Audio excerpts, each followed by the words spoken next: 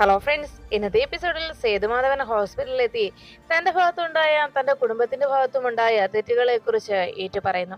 ഒരു കണക്കിന് അനുസരണക്കേട് കാണിച്ചതുകൊണ്ടാണ് ഇങ്ങനെയൊക്കെ സംഭവിച്ചതെന്ന് സേതുമാധവൻ അറിയിക്കുമ്പോൾ അത് കേട്ട കമലമ്മ പറഞ്ഞു, എന്തായാലും ഇങ്ങനെയൊക്കെ സംഭവിച്ചു നന്നായാലോ സേതുവേട്ട.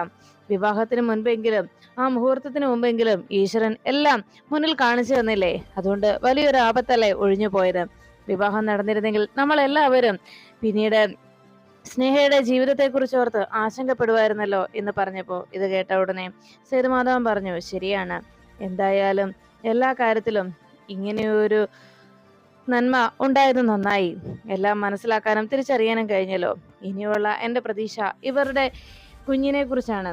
കുഞ്ഞിന്റെ വരവും കാത്ത് എത്ര നാളുകളായി ഞാൻ കാത്തിരിക്കുന്നു. എന്തായാലും മറ്റന്നാള് എൻ്റെ പേരക്കുട്ടി ഇങ്ങോട്ട് വരികയല്ലേ. നിങ്ങളെല്ലാവരും ആ കുഞ്ഞിന്റെ വരവിനെ കുറിച്ചും അതുപോലെ ആതിരയുടെ പ്രസവത്തെക്കുറിച്ചുമൊക്കെ ആലോചിച്ചിരിക്കുന്ന ഈ അവസരത്തിൽ ഞാൻ എൻ്റെ വിഷമങ്ങൾ പറഞ്ഞ് നിങ്ങളെ സങ്കടപ്പെടുത്തുന്നില്ല. എന്തായാലും ഞാനും കാത്തിരിക്കുകയാണ് കേട്ടോ എൻ്റെ പേരക്കുട്ടിയുടെ വരവിനായിട്ട്.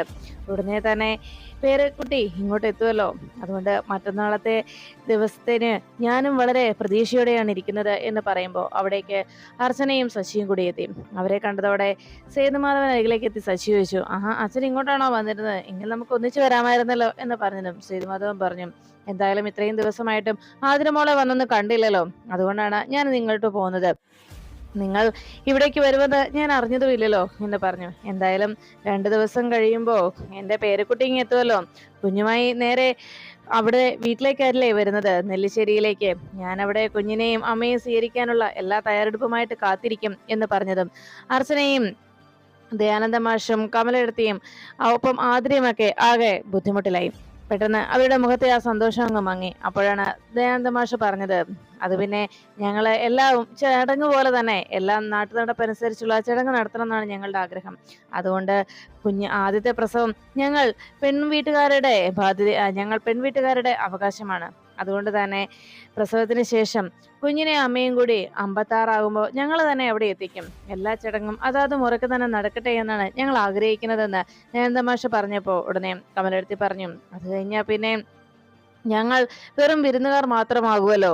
അതിനുശേഷം ആജീവനാന്തം അമ്മയും കുഞ്ഞും അവിടെ തന്നെയല്ലേ ഉണ്ടാവുന്നത് എന്ന് പറഞ്ഞു. അത് കേട്ടപ്പോഴേക്കും സേതുമാധവൻ പുഞ്ചിരിയോടെ പറഞ്ഞു, അങ്ങനെയാണ് നിങ്ങളുടെ ആഗ്രഹമെങ്കിൽ അങ്ങനെ തന്നെ നടക്കട്ടെ. എന്തായാലും എൻ്റെ പേരക്കുട്ടിയുടെ വരവും പ്രതീക്ഷിച്ച് ഞാൻ ആ വീട്ടിൽ തന്നെ ഉണ്ടാവും. കുഞ്ഞിനെ സ്വീകരിക്കാനായിട്ട് കാത്തിരിക്കുകയാണ് ഞാൻ.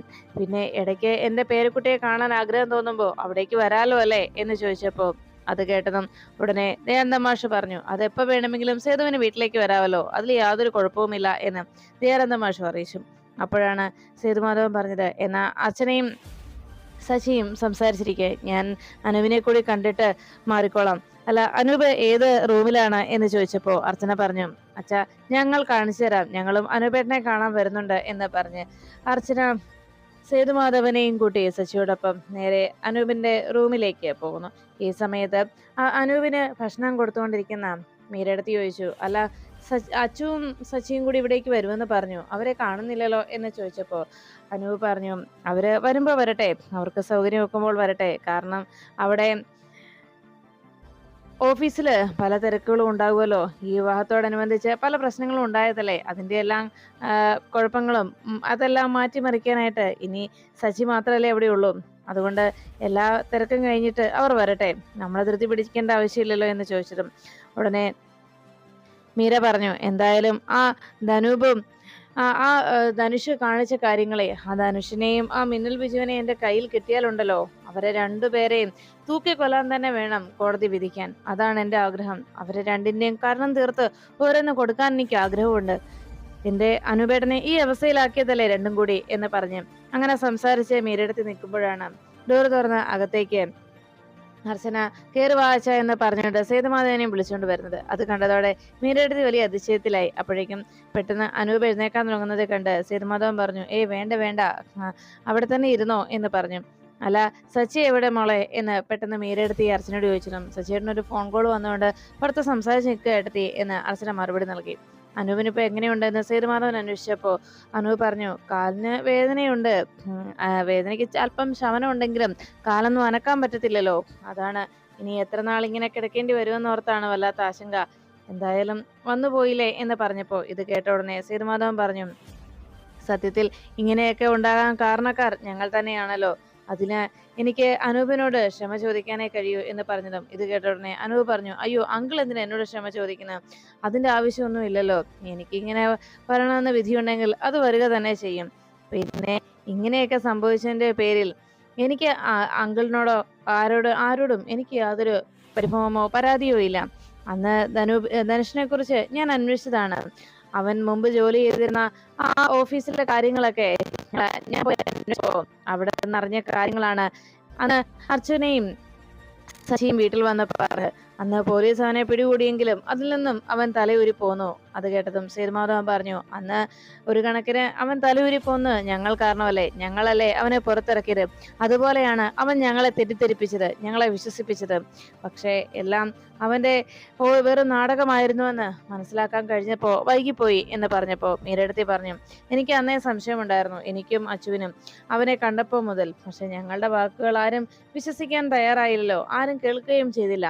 പക്ഷെ ഒരു പ്രാർത്ഥന ഉണ്ടായിരുന്നുള്ളൂ, സ്നേഹയുടെ വിവാഹത്തിന് മുൻപെങ്കിലും അവനെ തിരിച്ചറിയണമെന്ന്. അതെന്തായാലും നടന്നു എന്ന് മീരടുത്തി പറഞ്ഞപ്പോ അത് കേട്ട സേതുമാധവൻ പറഞ്ഞു, എല്ലാത്തിനും അതിൻ്റെതായ സമയമുണ്ട്.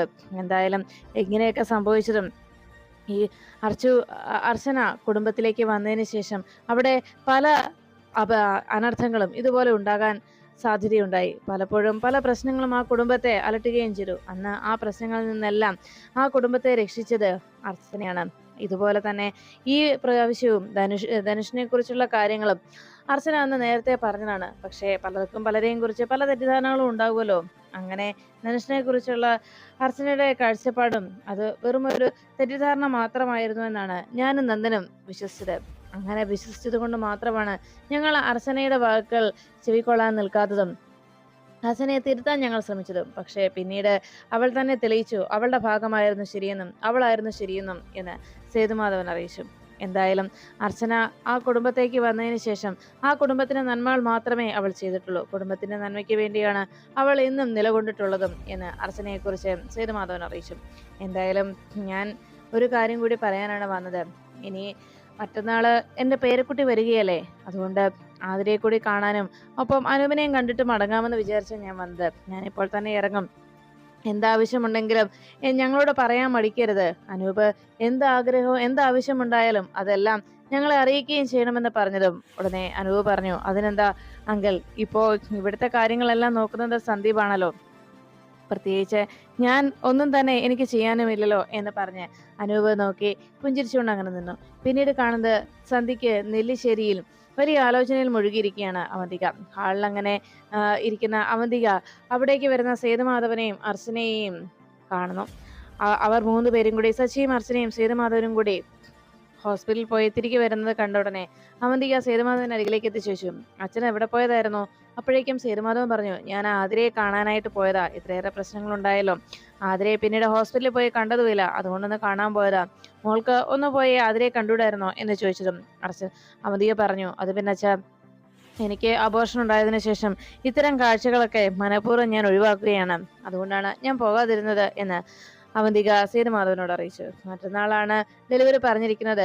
നാളെ ചിലപ്പോൾ നടക്കാൻ സാധ്യതയുണ്ടെന്നാണ് ഡോക്ടർ അറിയിച്ചത്. നാളെയും ഹോസ്പിറ്റലിൽ പോകണം എന്ന് സേതുമാധവൻ പറയുമ്പോൾ അത് കേട്ട അവന്തിക പറഞ്ഞു, അച്ഛാ, നാളെയാണ് അച്ഛന് ചെക്കപ്പിനുള്ള ഡേറ്റ്. അപ്പോൾ നാളെ എന്തായാലും അർച്ചനയ്ക്ക് വരാൻ കഴിയില്ല. കാരണം മറ്റന്നാൾ ഡെലിവറി ആയതുകൊണ്ട് അർച്ചന ചിലപ്പോൾ ഹോസ്പിറ്റലിലേക്ക് പോകുമല്ലോ. അതുകൊണ്ട് നാളെ അച്ഛൻ്റെ കൂടെ ഞാനാ വരുന്നത്. അത് പറയാൻ കൂടിയാ ഞാനിവിടെ അച്ഛന് വേണ്ടി കാത്തു നിന്നത് എന്ന് പറഞ്ഞു. ഓ, അങ്ങനെയാണെങ്കിൽ ശരി, നാളെ നമുക്ക് പോകാമെന്ന് പറഞ്ഞ് സേതുമാധവൻ റൂമിലേക്ക് പോയി.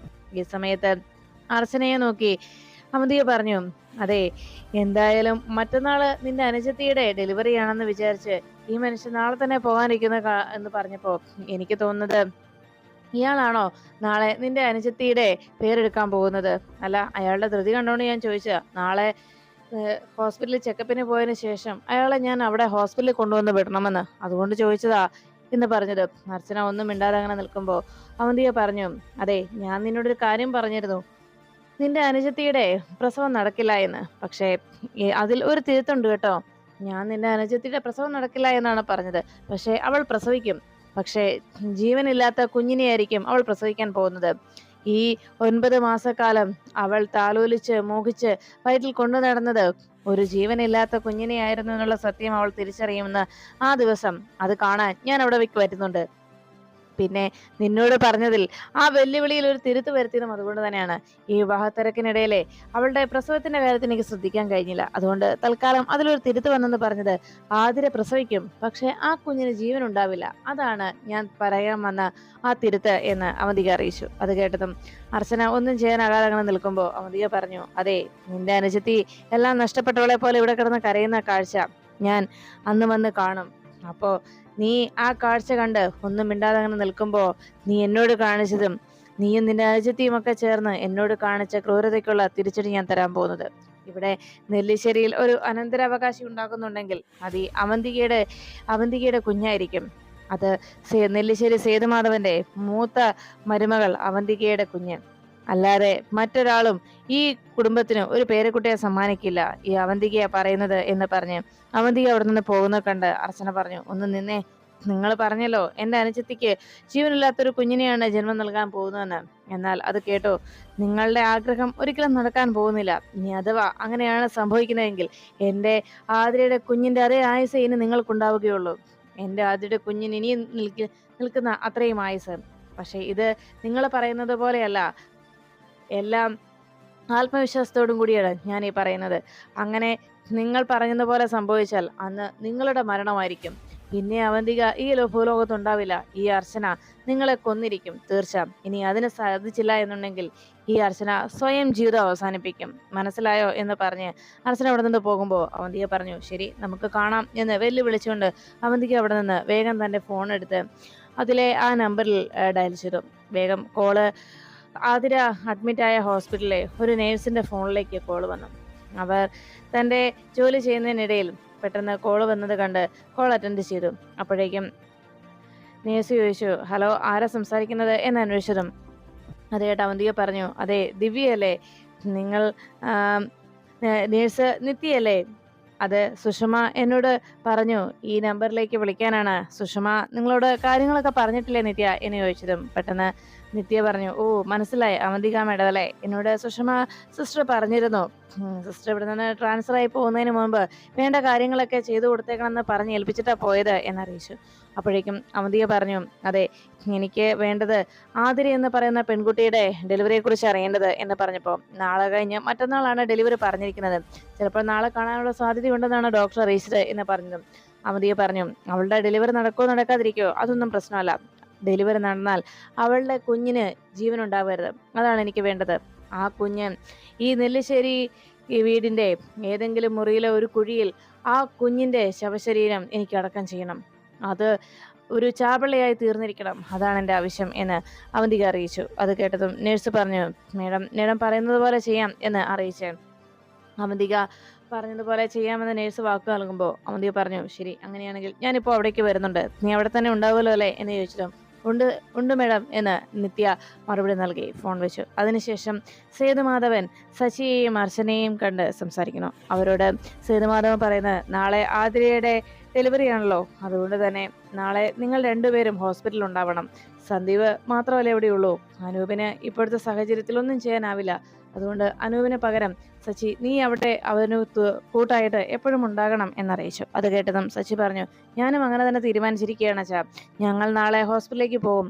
അവിടെ സന്ദീപിനോടൊപ്പം നാളെ അവിടെ തങ്ങാൻ തന്നെയാണ് എൻ്റെ തീരുമാനമെന്ന് സച്ചി അറിയിച്ചു. അപ്പോഴേക്കും സേതുമാധവൻ പറഞ്ഞു, നന്നായി, ഞാനും അത് തന്നെ ആഗ്രഹിച്ചത് എന്ന് പറഞ്ഞങ്ങനെ നിൽക്കുമ്പോൾ സച്ചിക്ക് ഒരു ഫോൺ കോൾ വന്നതും സച്ചി പറഞ്ഞു, ഒരു മിനിറ്റ് അച്ഛാ എന്ന് പറഞ്ഞ് സച്ചി കോൾ എടുത്തുകൊണ്ട് പുറത്തേക്ക് ഇറങ്ങി. ഈ സമയത്ത് അവന്തിക അവിടെ സേതുമാധവനും അർച്ചനയും സച്ചിയും കൂടി സംസാരിക്കുന്നത് കേട്ട് അവരുടെ കണ്ണിൽ പെടാതിരിക്കാനായി അപ്പുറത്തെ ഡോറിലൂടെ പതുക്കെ അവന്തിക പുറത്തേക്ക് ഇറങ്ങി നേരെ ഹോസ്പിറ്റലിലേക്ക് പുറപ്പെട്ടു.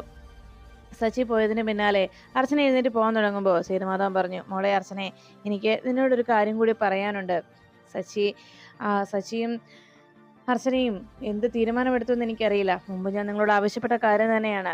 ഇപ്പോൾ സന്ദീപിന് മാതിരിക്കും ഒരു കുഞ്ഞുണ്ടാകാൻ പോകുന്നു. എൻ്റെ പേരക്കുട്ടി ഇവിടേക്ക് വരാൻ പോകുന്നു. എങ്കിലും ഞാൻ ഒത്തിരി ആഗ്രഹിച്ച് നിങ്ങളുടെ ഒരു കുഞ്ഞിനെ താലോലിക്കണമെന്നാണ്. അതുകൊണ്ട് തന്നെ നിങ്ങൾക്കിടയിലുള്ള പ്രശ്നം, നിങ്ങളുടെ തീരുമാനം എന്താണെന്ന് എനിക്കറിയില്ല. പക്ഷേ ഇനിയെങ്കിലും നിങ്ങളൊന്ന് മാറ്റി ചിന്തിച്ചൂടെ? ഒരു കുഞ്ഞിനെ കുറിച്ച് നിങ്ങൾക്ക് ആലോചിച്ചൂടെ എന്ന് സേതുമാധവൻ അച്ഛനോട് ചോദിക്കുമ്പോൾ ഫോണിൽ സംസാരിച്ച് അകത്തേക്ക് ഫോൺ കട്ട് ചെയ്തതിന് ശേഷം അകത്തേക്ക് വരാൻ തുടങ്ങിയ സച്ചി സേതുമാധവന്റെ ആ ചോദ്യം കേൾക്കുന്നു. അതോടെ അകത്തേക്ക് കയറി പോകാതെ സച്ചി അവിടെ തന്നെ നിന്നു. ആ സമയത്ത് സേതുമാധവനോട് അർച്ചന പറഞ്ഞു, അത് അച്ഛാ, ഞങ്ങൾക്ക് ശാരീരികമായി ചില പ്രശ്നങ്ങളുണ്ട്. അത് സോൾവ് ചെയ്യുന്നതിന് വേണ്ട ട്രീറ്റ്മെന്റ് ഉടനെ തന്നെ തുടങ്ങാമെന്നാണ് സന്ധി ഡോക്ടർ പറഞ്ഞിരിക്കുന്നത് എന്ന് അർച്ചന സേതുമാധവനെ അറിയിച്ചു. അത് കേട്ടതും സേതുമാധവൻ പറഞ്ഞു, എന്നാൽ എത്രയും പെട്ടെന്ന് തന്നെ ആ ട്രീറ്റ്മെന്റ് തുടങ്ങണം. ഇനി അതിനൊട്ടും കാലതാമസം പാടില്ല. ഇപ്പോൾ നിങ്ങൾക്ക് ഒരു കുഞ്ഞ്, അതിനെക്കുറിച്ചുള്ള ഒരു ചിന്ത ഇപ്പൊ വേണ്ടെന്ന് നിങ്ങൾ തീരുമാനിക്കും. പക്ഷേ പിന്നീട് എന്നെ പോലെ ഒരു വാർദ്ധക്യത്തിലേക്ക് എത്തിക്കഴിയുമ്പോൾ അന്ന് ഒരു കുഞ്ഞിനെ കുറിച്ച് നിങ്ങൾ ആഗ്രഹിക്കും. അന്നൊരു കുഞ്ഞുണ്ടായിരുന്നെങ്കിലെന്ന്, നിങ്ങൾക്കൊരു കുഞ്ഞ് ജനിച്ചിരുന്നെങ്കിലെന്ന് അന്നായിരിക്കും നിങ്ങൾ തിരുത്തി ചിന്തിക്കാൻ ശ്രമിക്കുന്നത്. പക്ഷേ അന്ന് കാലങ്ങൾ കടന്നു പോയിരിക്കും എന്ന് സേതുമാധവൻ അർച്ചനയെ ഓർമ്മപ്പെടുത്തി. അതുകൊണ്ട് എത്രയും വേഗം നിങ്ങൾക്ക് ഒരു കുഞ്ഞിനെ, നിങ്ങളുടെ ഇടയിൽ ഒരു കുഞ്ഞുണ്ടാവണം. അതാണ് എൻ്റെ ഏറ്റവും വലിയ ആഗ്രഹം എന്ന് സേതുമാധവൻ അറിയിച്ചു. അപ്പോഴേക്കും അർച്ചനയുടെ മനസ്സിലേക്ക് കടന്നു വന്നത് സച്ചിയെക്കുറിച്ച് അന്ന് ഡോക്ടർ പറഞ്ഞ കാര്യങ്ങളായിരുന്നു. അതെല്ലാം ഓർത്ത് അർച്ചന ഉടനെ തന്നെ ട്രീറ്റ്മെന്റ് തുടങ്ങുമെന്ന് അറിയിച്ചതും സച്ചിയോടും ഇക്കാര്യത്തെക്കുറിച്ച് സംസാരിക്കണമെന്ന് സേതുമാധവൻ അർച്ചനയെ ഓർമ്മപ്പെടുത്തി. അങ്ങനെ പറഞ്ഞതിന് ശേഷം അർച്ചന പുറത്തേക്ക് ഇറങ്ങി വരുമ്പോൾ സച്ചിയ അതെല്ലാം കേട്ട് അവിടെ വിഷമിച്ച് നിൽക്കുന്നത് കണ്ടതോടെ രണ്ടുപേരും പരസ്പരം നോക്കി സന്ധ്യ ഡോക്ടറുടെ ആ ട്രീറ്റ്മെന്റ് എത്രയും വേഗം തുടങ്ങണമെന്ന ആ തീരുമാനത്തിലേക്ക് ഇരുവരും എത്തുന്നു. പിന്നീട് കാണുന്നത് അവന്തിക നേരെ ആതിര അഡ്മിറ്റായ ഹോസ്പിറ്റലിലേക്ക് എത്തി. അവിടെ വന്നതിന് ശേഷം നേഴ്സിന്റെ ഫോണിലേക്ക് വിളിച്ചു. ഞാനിവിടെ ക്യാൻറ്റീനിനടുത്തുണ്ട് എന്ന് അവന്തിക നേഴ്സിനോട് അറിയിക്കുന്നു.